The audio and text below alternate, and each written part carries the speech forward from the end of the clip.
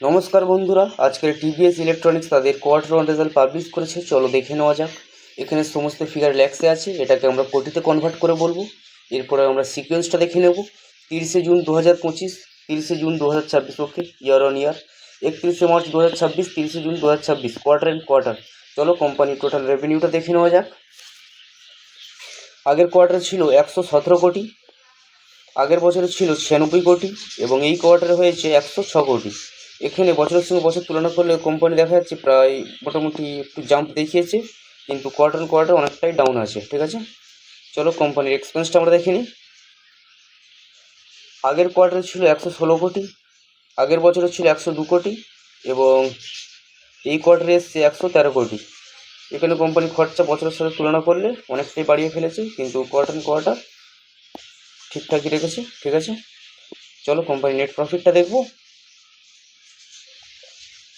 আগের কোয়ার্টারে ছিল 3 কোটির আশপাশে লাভ, আগের বছরে 3.5 কোটির মতো লস ছিল এবং এই কোয়ার্টারে প্রায় বলা যায় 6.5 কোটির মতো লস।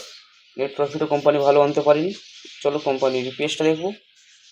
আগের কোয়ার্টারে 1 টাকা 53 পয়সা ছিল প্লাসে, আগের বছরে 1 টাকা 90 পয়সা মাইনাসে এবং এই কোয়ার্টারে 3 টাকার মতন মাইনাস। ঠিক আছে, কোম্পানির রেজাল্ট অতটাও ভালো আনতে পারেনি। তবে দেখা যাক মার্কেটে এই শেয়ারটির প্রতি কেমন রিয়াকশান দেয়। যদি ভিডিওটি ভালো লাগে তাহলে অবশ্যই লাইক করবেন এবং আরও আপডেট পেতে আমাদের সঙ্গে থাকবেন। ধন্যবাদ।